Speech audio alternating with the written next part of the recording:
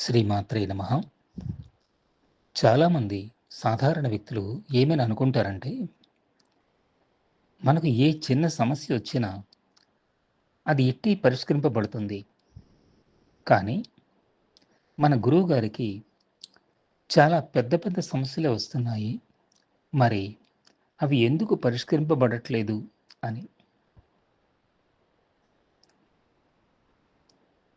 మనకు ఇల్లే ప్రపంచం. మన గురువుగారికి ప్రపంచమే ఇల్లు. మన కుటుంబమే మనకు సర్వస్వం. మన గురువుగారికి మనమంతా, ఈ విశ్వమంతా తన కుటుంబమే.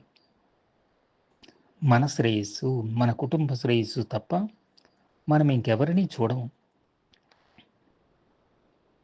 లోక కళ్యాణము, సమాజ శ్రేయస్సు అంటే మనందరి శ్రేయస్సే గురువుగారి జీవిత లక్ష్యం.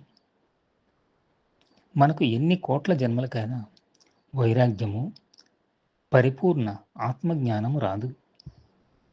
గురువుగారు సర్వదా పరిపూర్ణ జ్ఞానంతో, తీవ్ర వైరాగ్యంతో శోభిస్తారు, ప్రకాశిస్తారు. మనకు పరిష్కారమే పెద్ద సమస్య. ఎందుకంటే అదే బంధం కనుక.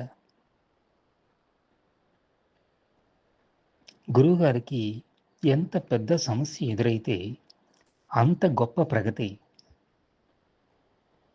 అదే దైవానుగ్రహం, అదే మోక్షం. ప్రియమైన భక్తులకు భగవంతుని ప్రేమ కానుక ఏమంటే బాధలే సుమా. శ్రీమాత్రే నమః.